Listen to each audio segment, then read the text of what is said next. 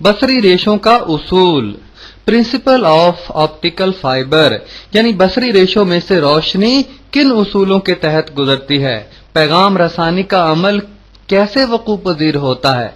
तो मैं पढ़ता हूं, आप समझिए।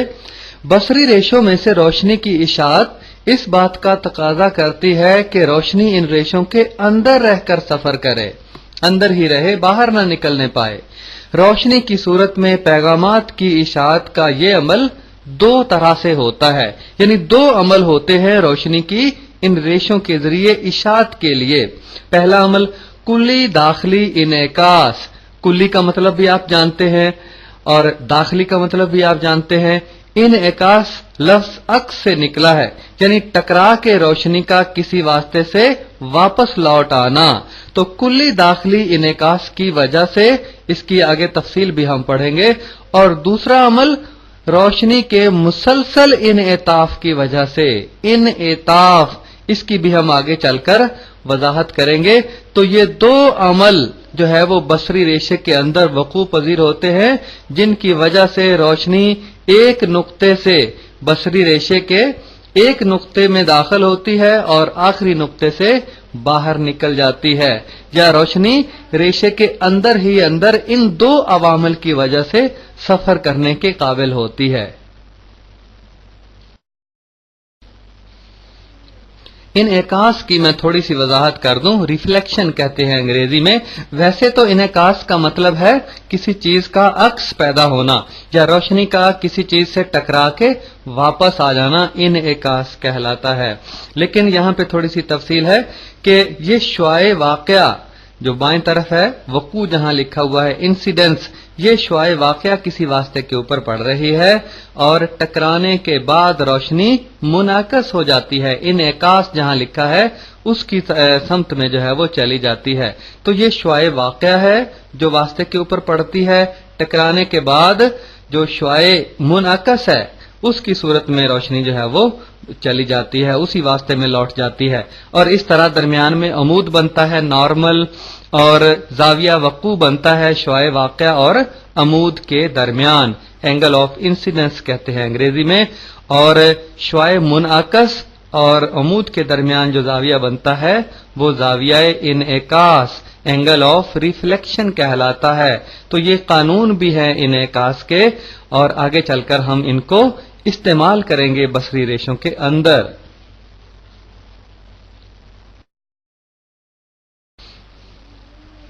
साइंस पढ़ते हुए हम आम तौर पर यह गलती करते हैं कि लफ्जों के माने जाने बगैर ही उनको याद करने की कोशिश करते हैं।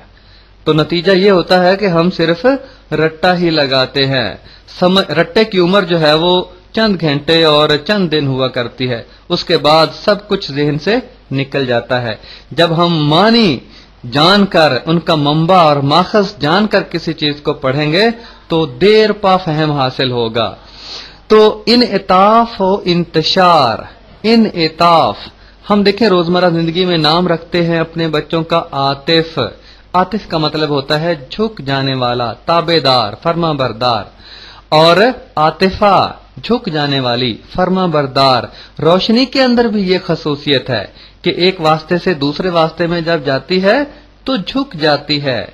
इस अमल को इन इताफ कहा जाता है और अंग्रेजी में रिफ्रैक्शन कहते हैं। और इंतशार तो आम लफ्ज है, मुंतशर होना, बिखर जाना, कि रोशनी जो है वो एक वास्ते से जब दूसरे वास्ते में जाती है, इन इताफ का अमल होता है तो साथ ही इंतशार का अमल भी हो जाता है। मसलन सफेद रोशनी जब मंशूर पर पड़ती है, मंशूर का मतलब इंतशार पैदा करने वाला, तो जब मंशूर पर पड़ती है, प्रिज्म सामने नजर आ रहा है, तो मंशूर में से गुजरने के बाद झुक जाती है और साथ ही फिर मुख्तलिफ रंगों में भी तब्दील हो जाती है। तो इन इताफो इंतशार, इसको मैं पढ़ता हूं, आप समझिएगा। रोशनी जब लतीफ से कसीफ वास्ते में जाती है, दो लफ्ज आ गए, लतीफ, लतीफुन खबीर, ये अल्लाह ताला के सिफाती नाम भी है। लतीफ का मतलब हल्का, अब्दुल लतीफ नाम भी रखते हैं। तो लतीफ वास्ता, हल्का वास्ता, हवा लतीफ वास्ता है और इसके बिल मुकाबल पानी कसीफ वास्ता है। लतीफ और कसीफ, कसीफ भारीपन, जिस वास्ते में भारीपन हो। तो ये दोनों मुतजाद अल्फाज हैं, लतीफ और कसीफ। तो रोशनी जब लतीफ से कसीफ वास्ते में जाती है तो अमूद की तरफ झुक जाती है। जरा बाएं तरफ वाली तस्वीर की तरफ देखिएगा, ऊपर सफेद रंग का जो वास्ता है वो हवा है जहां शुआए वाक़या लिखा है, और नीचे नीले रंग का वास्ता जो है वो पानी दिखाया गया है। तो रोशनी हवा से पानी में दाखिल हो रही है। शुआए वाक़या, ये रोशनी हवा से पानी की तह के साथ टकराती है, और टकराने के बाद फिर आप देख लीजिएगा मुनअतफ हुई है तो किस तरफ झुक गई है? अमूद की तरफ झुक गई है।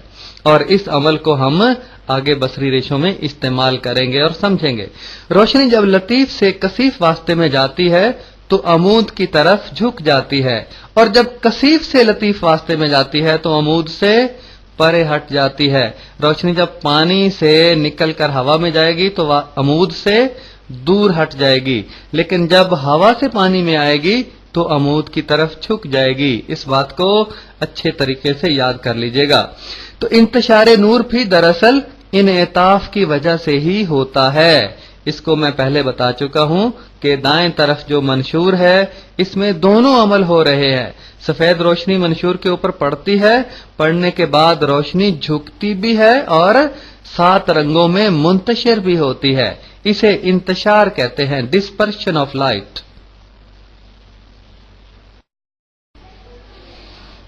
इनेताफ, रिफ्रैक्शन, लतीफ से कसीफ और कसीफ से लतीफ वास्ते की तरफ जाते हुए रोशनी का झुकाव।